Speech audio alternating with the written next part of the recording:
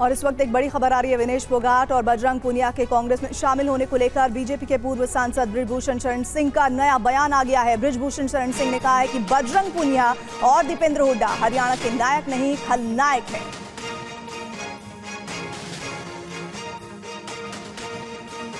विनेश फोगाट का मेडल इसलिए नहीं आया,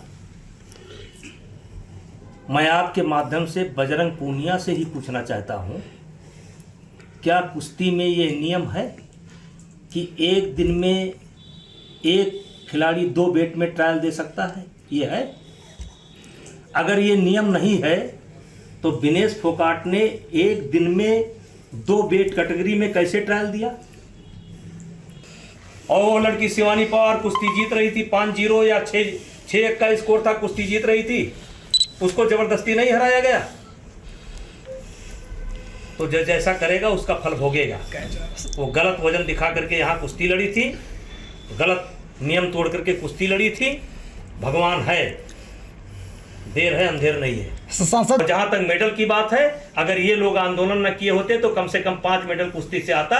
ये लोगों को हटने दीजिए, अगले ओलंपिक में देख लीजिएगा। यद्यपि मैं कुश्ती से हट चुका हूं, लेकिन भारत के बच्चे और विशेष करके हरियाणा के बच्चे, जूनियर बच्चे इतने अच्छे हैं कि चलिए मैं घोषणा करता हूं अगले ओलंपिक में 5 मेडल कुश्ती से। तो अच्छा, के मामले में हरियाणा देश का मुकुट है और इन्होंने खिलाड़ियों के साथ अत्याचार किया है, खिलाड़ियों को बदनाम किया है, बहन बेटियों की इज्जत खराब किया है, बहन बेटियों को बदनाम किया है।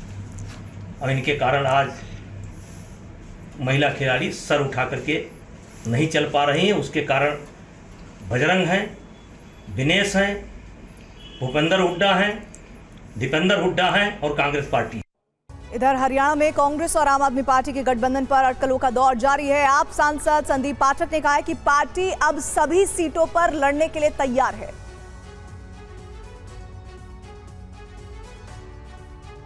हरियाणा में कांग्रेस और आम आदमी पार्टी के बीच सीट बंटवारे पर पेच फंसा है। अब आम आदमी पार्टी के सांसद संदीप पाठक ने कहा है कि जो हमें कमजोर समझेगा खुद पछताएगा। आम आदमी पार्टी की तरफ से वॉलेंटियर्स, कार्यकर्ता और लीडरशिप की तरफ से मैं एक चीज़ कह सकता हूं, हम पूरी तरीके से तैयार है, पार्टी के ऑर्डर का वेट कर रहे हैं। वर्ड गो मिलते ही हम सारा अनाउंस कर देंगे। हम हर सीट पर, हर जगह पर पूरी ताकत से चुनाव लड़ने के लिए तैयार हैं और जो भी हमें कमज़ोर आंकेगा वो भविष्य में स्वयं पछताएगा। आम आदमी पार्टी की प्रवक्ता प्रियंका कक्कड़ ने कहा कि हरियाणा में चुनाव की पूरी तैयारी है। आम आदमी पार्टी हरियाणा की सभी 90 सीटों पर चुनाव लड़ने में सक्षम है। आम आदमी पार्टी हरियाणा में लगातार काम कर रही है। आज भी सुनीता केजरीवाल जी की वहां पर जनसभा लगी हुई है।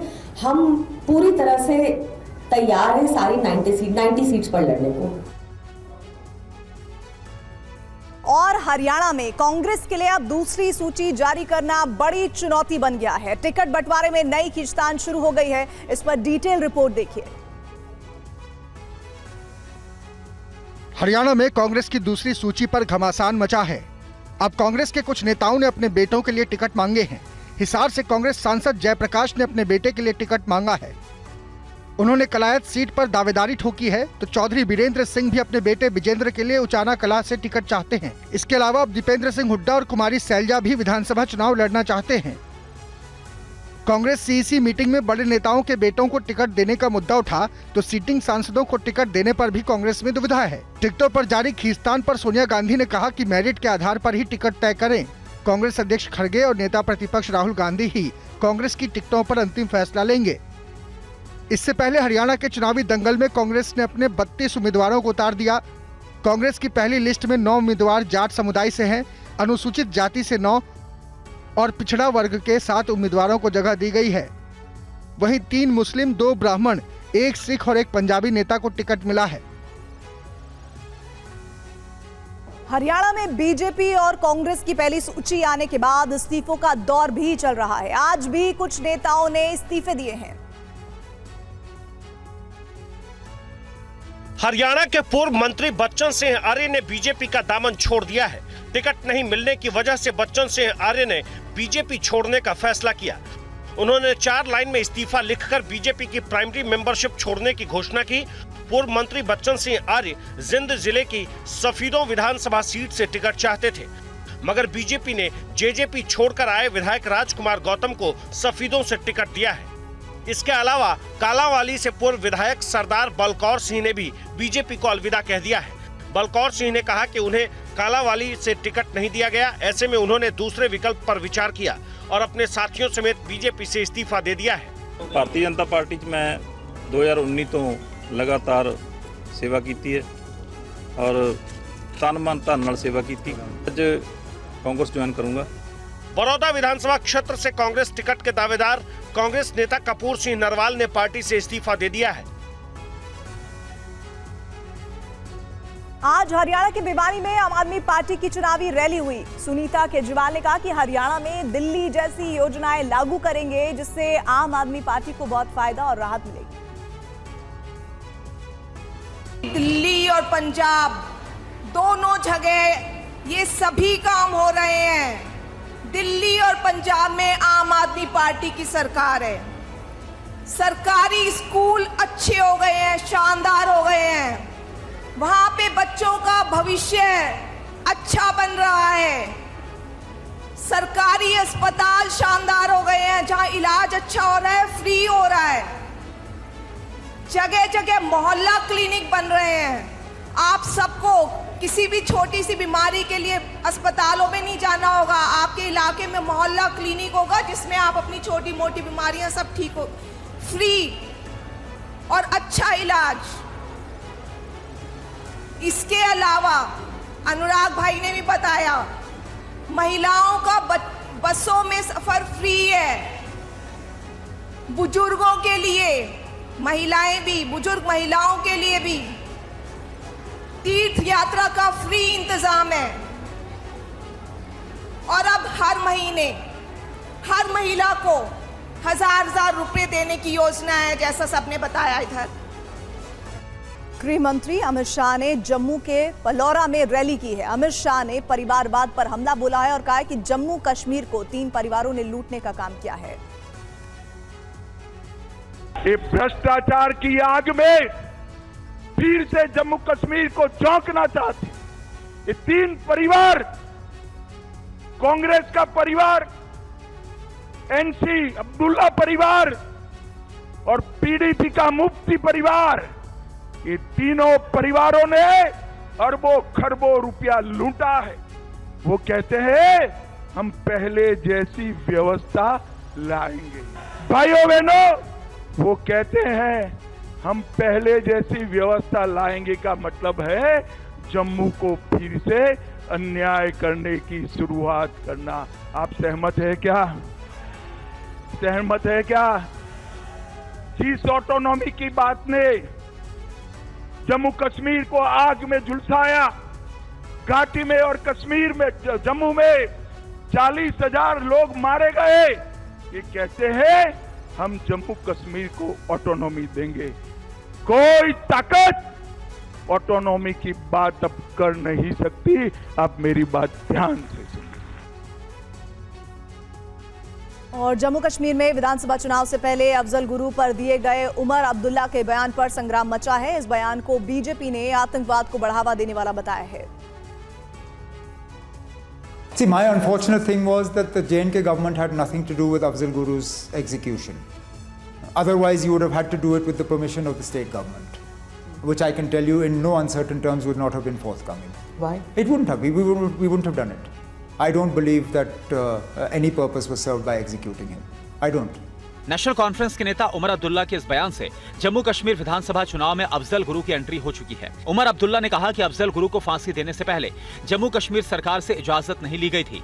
बीजेपी ने उमर अब्दुल्ला के बयान को आतंकवाद को बढ़ावा देने वाला बताया। बीजेपी पहले भी इस तरह का आरोप लगा चुकी है। वाले, पीडीपी वाले और तमाम लोग जो खुलकर मिलिटेंटों का मदद लेकर चुनाव लड़ रहे हैं, जो एक्स मिलिटेंट है, मैं देख रहा हूं, मेरे पास जानकारी आ रही है, खुलकर एनसी पीडीपी के कैंडिडेट के लिए कैंपेन में जुट गए हैं। यानी पुरानी बुरी हालात को वापस लेने के लिए जो पार्टियां चुनाव में उतरे हैं, उनको डिफीट करना पड़ेगा। यूपी के सुल्तानपुर एनकाउंटर केस में मजिस्ट्रेट जांच के आदेश दिए गए हैं। मंगेश यादव एनकाउंटर में जिला कलेक्टर ने मजिस्ट्रेट जांच के आदेश दिए। देखिए डिटेल रिपोर्ट।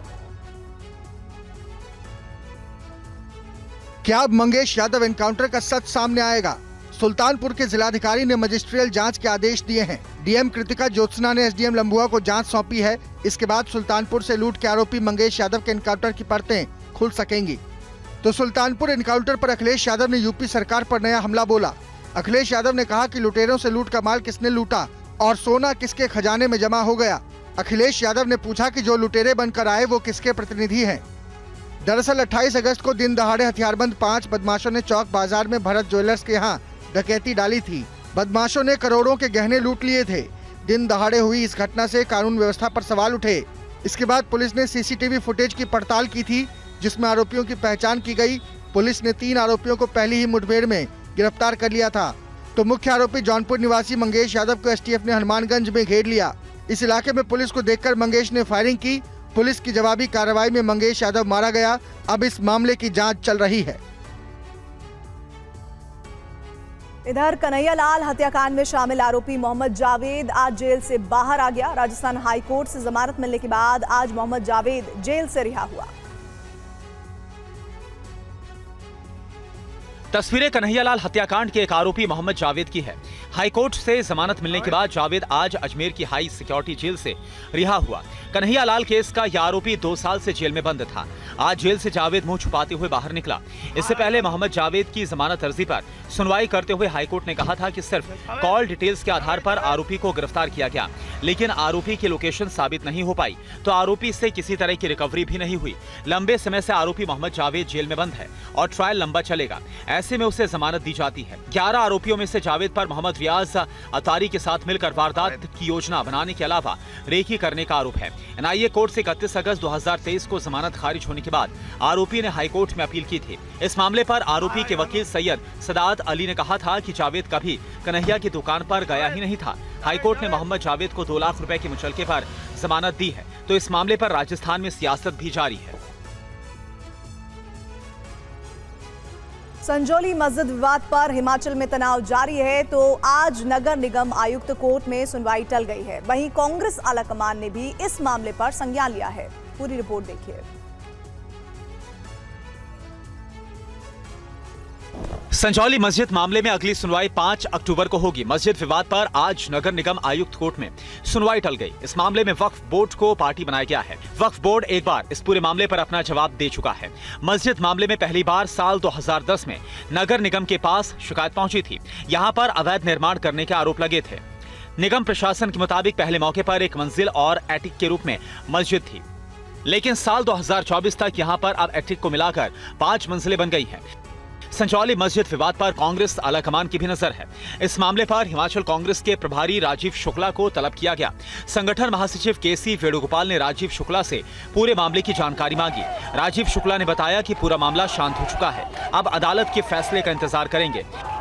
इससे पहले संजौली विवाद पर कल भी हंगामा देखा गया। तनाव को देखते हुए मुस्लिम समुदाय के लोगों को मस्जिद में जुटने से परहेज करने को कहा गया, जिसके बाद संजौली और कसुमटी मस्जिद में जुमे की नमाज नहीं हुई। वहीं विश्व हिंदू परिषद ने कहा कि सरकार को अल्टीमेटम दिया गया है। बड़ी खबर इस वक्त, बृजभूषण सिंह को पुनिया का जवाब, आंदोलन का राजनीति से लेना देना नहीं है। हमने राजनेताओं को मंच नहीं दिया, हमने तो बीजेपी को चिट्ठी लिखी थी, बीजेपी से किसी ने साथ नहीं दिया। स्टार्टिंग के हमने किसी राजनेता को मंच पे नहीं चढ़ने दिया था और बीजेपी के नेताओं को हमने लेटर लिख के दिया है। अगर वो फिर भी नहीं आए तो उनका काम है ये नैरेटिव फैलाना कि भाई ये कांग्रेस पार्टी ने करवाया था, ये फलाने ने करवाया था।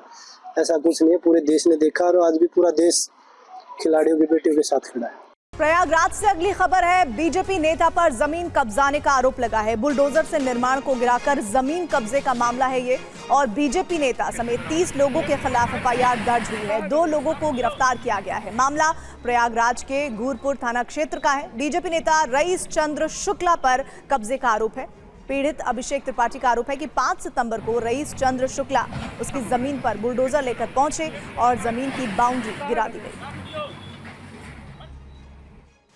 वादी के आरोप के अनुसार उनकी इस पर्टिकुलर जो प्लॉट है उसको किसी अन्य व्यक्ति को बाकी लोगों द्वारा बेच दिया गया था बिना इनकी सहमति की, और जिसमें जो इनके द्वारा पहले से कुछ बाउंड्री और वो कमरे उसमें उपस्थित थे, अब वो दिनांक 5 सितंबर 2024 को अवैध रूप से उसको बिना किसी कोर्ट के आदेश इत्यादि के उसको गिरा दिया गया। वादी की तहरीर पर तत्काल मुकदमा पंजीकृत किया गया और उसमें 2 अभियुक्तों जिसमें कि एक नामित अभियुक्त अलंकार सिंह और उनके साथ एक और अन्य अभियुक्त, इन 2 अभियुक्तों की गिरफ्तारी भी की गई और उसके साथ साथ जो जेसीबी था उसको भी सीज किया गया था। देखिए, हमारा उनका न्यायालय में मुकदमा विचाराधीन है सारी ज़मीनों का, और उन्होंने हमारे साथ चीटिंग किया। उन्होंने हमें एग्रीमेंट किया, एग्रीमेंट करने के बाद उन्होंने ज़मीन दूसरे के हाथों बेच दिया। जब उन्होंने जो ज़मीन लिया हमसे, एक बार उनके आज से 7-8 महीने पहले संपर्क हुआ, उन्होंने कहा भैया हमने ज़मीन, हम कहा भैया हमारा इसमें एग्रीमेंट है, आपने ज़मीन गलत ले लिया। खैर हमारा आपसे मतलब नहीं है, हम रईसन शुक्ला जी को जानते हैं। तो इन्होंने कहा कि मैं आपका हिसाब करूँगा। ऐसे करते करते लगभग 6 महीने हो गए, लेकिन इन्होंने हिसाब मेरा नहीं किया। सुल्तानपुर डकैती कांड के मास्टरमाइंड को एनकाउंटर का डर है। कोर्ट में पेशी के दौरान वो बोला, जिसका नाम विपिन सिंह है, मेरा भी एनकाउंटर हो जाएगा।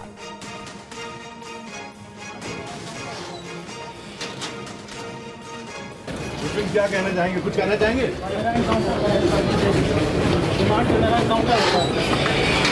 विपिन क्या कहना चाहेंगे, कुछ कहना चाहेंगे?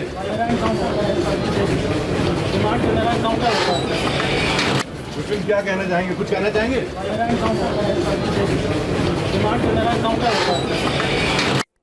केरल में आरएसएस नेता एडीजीपी मीटिंग विवाद पर अपडेट है। ADGP Ajit Kumar Kerala CM office को सफाई दी गई है। आरएसएस नेता से मेरी मुलाकात निजी थी। अजीत कुमार ने कहा, कांग्रेस और सीपीआई ने इस पर सवाल उठाए थे। एडीजीपी पर चुनाव प्रभावित करने के आरोप लगे थे।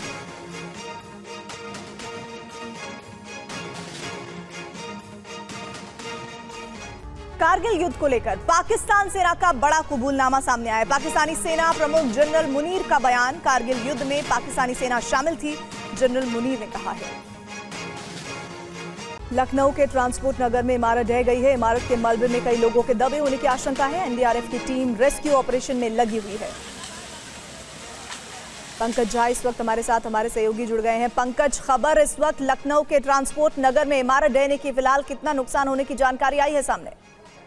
देखिए, लखनऊ में एयरपोर्ट के पास में ये ट्रांसपोर्ट नगर का इलाका है और 3 मंजिला एक इमारत थी और वो ढह गया है। जो जानकारी मिली है शुरुआती, उसमें बताया जा रहा है कि बेसमेंट के इलाके में कुछ काम हो रहा था। जो लखनऊ के कमिश्नर ऑफ पुलिस हैं अमरेंद्र सिंह सेंगर, उन्होंने शुरुआती जानकारी में बताया कि करीब 5 लोगों के दबे होने की आशंका जताई जा रही है। एसडीआरएफ की 2 टीम वहां पर भेजी जा रही है और एनडीआरएफ की एडवांस टीम वहां राहत और बचाव के काम में जुटी हुई है। जी, शुक्रिया पंकज इस जानकारी के लिए। और इधर एक और बड़ी खबर आ रही है। खबर, असम में आधार के लिए एनआरसी आवेदन नंबर जरूरी होगा। इसको लेकर आ रही है जानकारी कि नए आधार कार्ड बनने को लेकर हेमंत बिस्व शर्मा बोले हैं कि असम में आधार के लिए एनआरसी आवेदन का रसीद नंबर देना होगा। नए आधार के लिए एनआरसी आवेदन का रसीद नंबर चाहिए होगा। अमोद इस वक्त हमारे साथ जुड़ रहे हैं। अमोद, असम की जनता के लिए खबर कितनी महत्वपूर्ण है और आधार के लिए एनआरसी आवेदन नंबर जरूरी होगा, ऐसे में आने वाले वक्त में लोगों को कितनी दिक्कतें या चुनौतियां हो सकती हैं?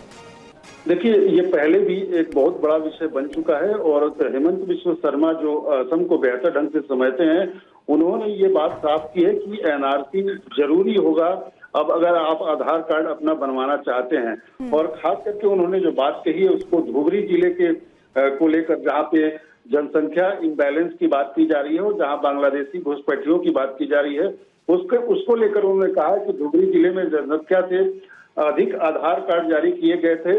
हो सकता है कि कुछ संदिग्ध लोगों को आधार कार्ड मिले हों।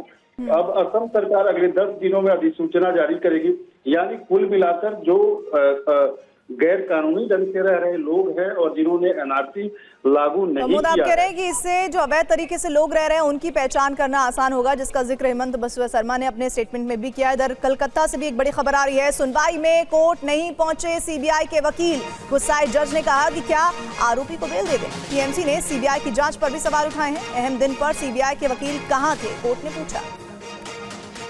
रवि दत्ता इस वक्त हमारे साथ, हमारे सहयोगी इस खबर पर जुड़ेंगे, लेकिन उससे पहले आपको बता दें कोलकाता केस पर बड़ा अपडेट है। ये सुनवाई में कोर्ट नहीं पहुंचे सीबीआई के वकील। गुस्साए जज ने यह कहा कि क्या आरोपी को इस आधार पर बेल दे दें कि आप पहुंच नहीं पाए हैं। रवि दत्ता जुड़ गए। रवि, क्या क्या हुआ है कोर्ट में आज?